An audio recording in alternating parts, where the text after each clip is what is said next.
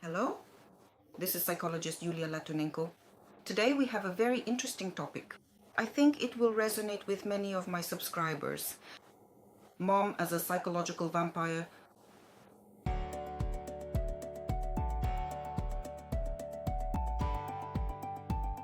If you haven't subscribed to my channel yet, please do so. To do this, click the subscribe button. Don't forget to like my video and also click the bell icon, so you'll be the first to know about my new releases. And of course, any of your activity comments longer than 7 words, this is how YouTube algorithms work, will be very valuable for promoting my channel across the internet.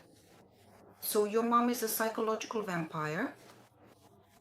I've counted about 13 signs that your mom might be a psychological vampire.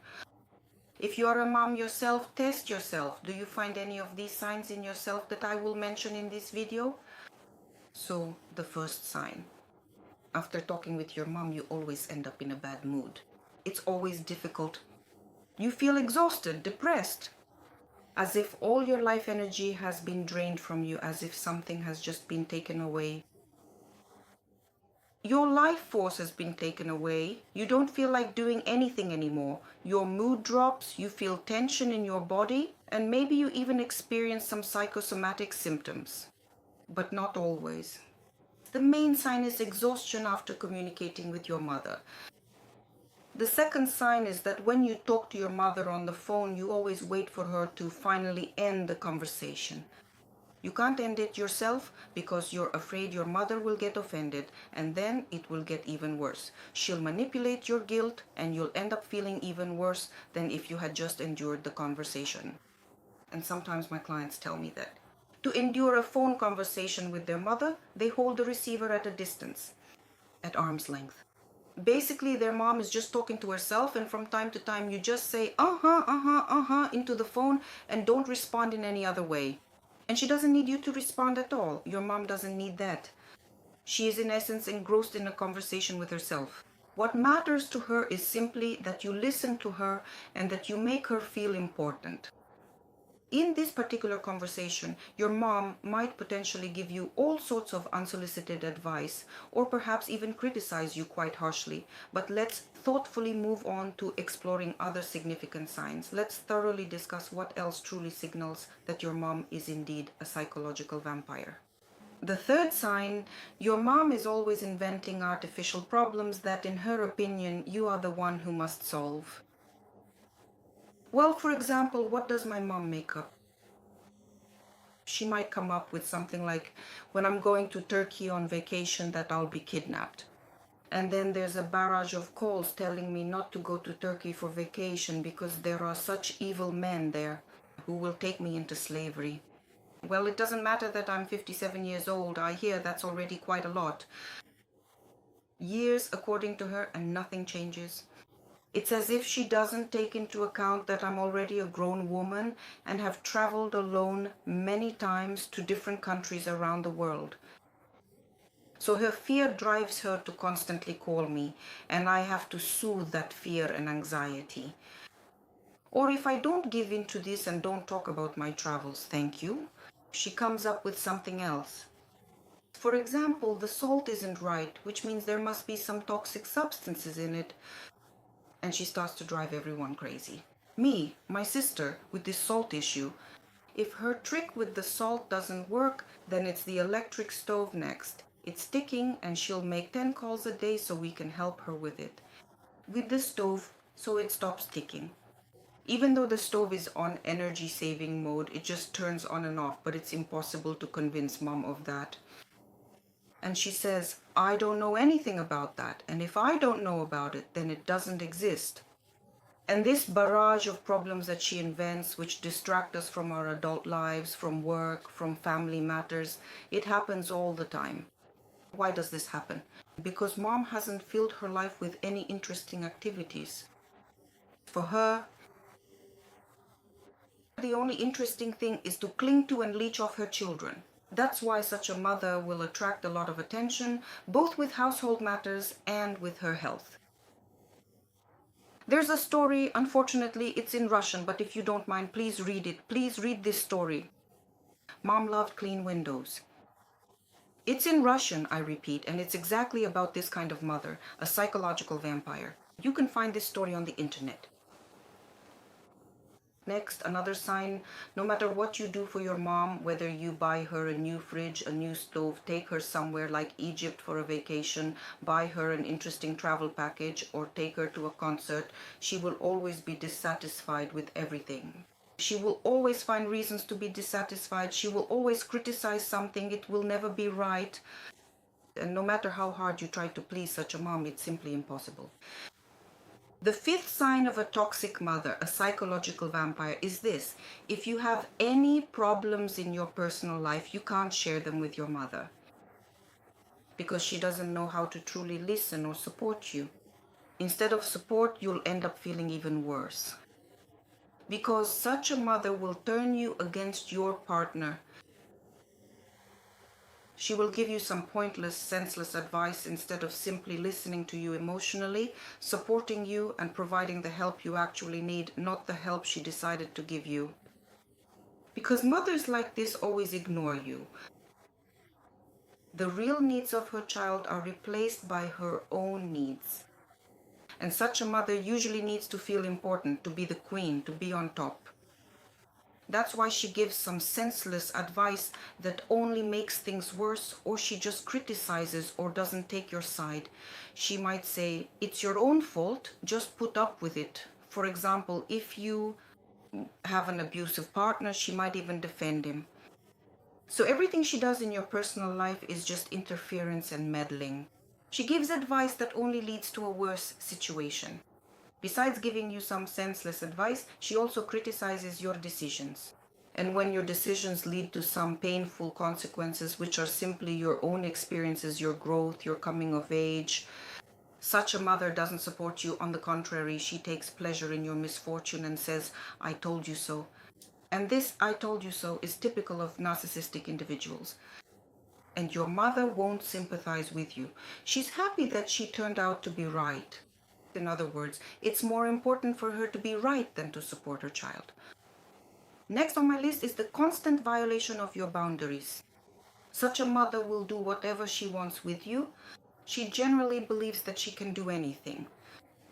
I'm your mother, such a mom says. With this phrase, I'm your mother, she basically gives herself permission to do almost anything. You are her extension, her property. That's why she feels she can do whatever she wants, violate your boundaries, and intrude into your personal life. My mom searches through my suitcase when I used to visit her. What was she even looking for? She rummages through my diaries, reads my notes. This is exactly an example of a mom who doesn't recognize any boundaries at all. No breaks. It's like a tank rolling forward, and all you can do is throw a grenade under its tracks. Because you can't stop a mom like that with words. She keeps insisting on the same thing. I'm your mother, so that means I can do anything. Even if a mom like this helps you, she'll remind you of her help for the rest of her life and reproach you for it. And she'll tell you that if it weren't for her, you wouldn't have been able to do anything in difficult situations at all. Or, for example, it can get as ridiculous as it does between me and my mom. My child was sick when they were born, and of course my mom helped me with my child. And the illness was very serious. There was a risk of the child developing cerebral palsy, but thank God everything turned out fine. My mom, of course, was like a hero helping me. I'm very grateful to her for that. But now she says that if it weren't for her, then you wouldn't have had a child. So, and it sounds as if she was the one who got me pregnant. Well, that's just complete nonsense. And, well, I don't pay attention to it, but for people who haven't worked through their childhood traumas, for example, I think it would be very painful to hear that. Such ignoring and attributing all the good things to oneself. Whatever is bad about you, that's yours, but whatever is good, that's thanks to me. Never mind that I was also in hospitals and did everything to make sure my child was healthy, but apparently it's all only thanks to her heroism.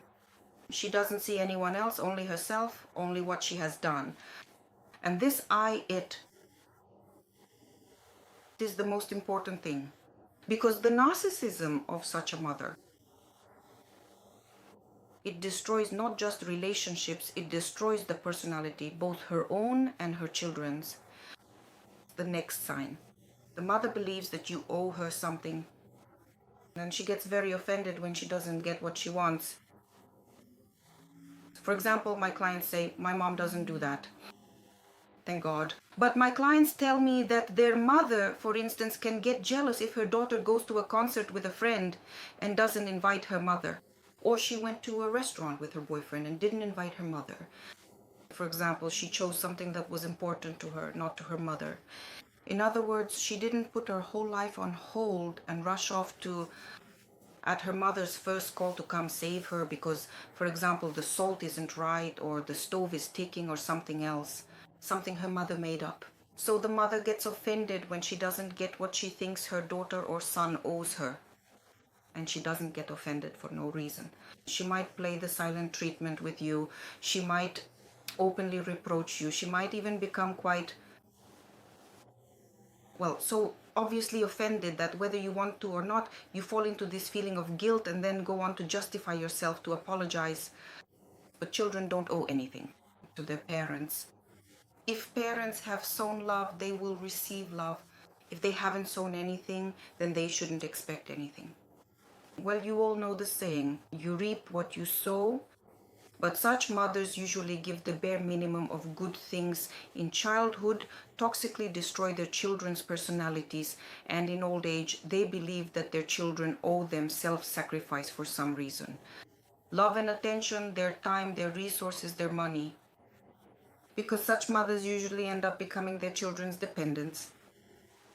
Here, it could be either a son or an adult daughter. The mother wants to become a child to her own child. Of course, she does this subconsciously because she is emotionally immature, because she has her own childhood traumas, but we must also take responsibility for our subconscious actions. Such a mother takes responsibility for nothing. She has an outwardly accusatory stance. And no matter what happens, such a mother will always take the position, everyone else is to blame, and I'm pure and innocent.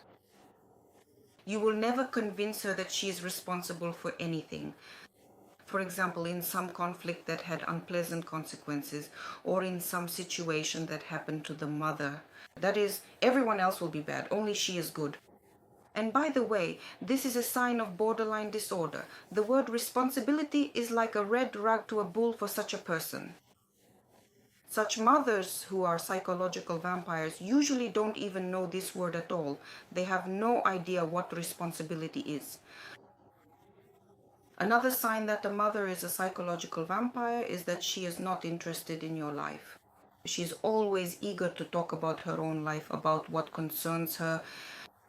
And as soon as you want to get some support from her or tell her something, she shifts the conversation back to herself. In other words, she doesn't listen to your problems for long. She's simply not interested.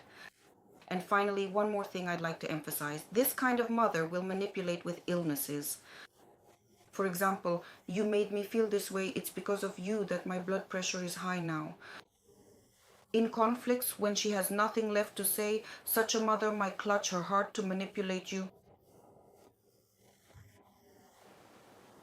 In other words, manipulating with illnesses is very typical, especially for mothers with borderline personality disorder. And if you haven't subscribed to my YouTube channel yet, of course, don't forget to click the subscribe button and give this video a like.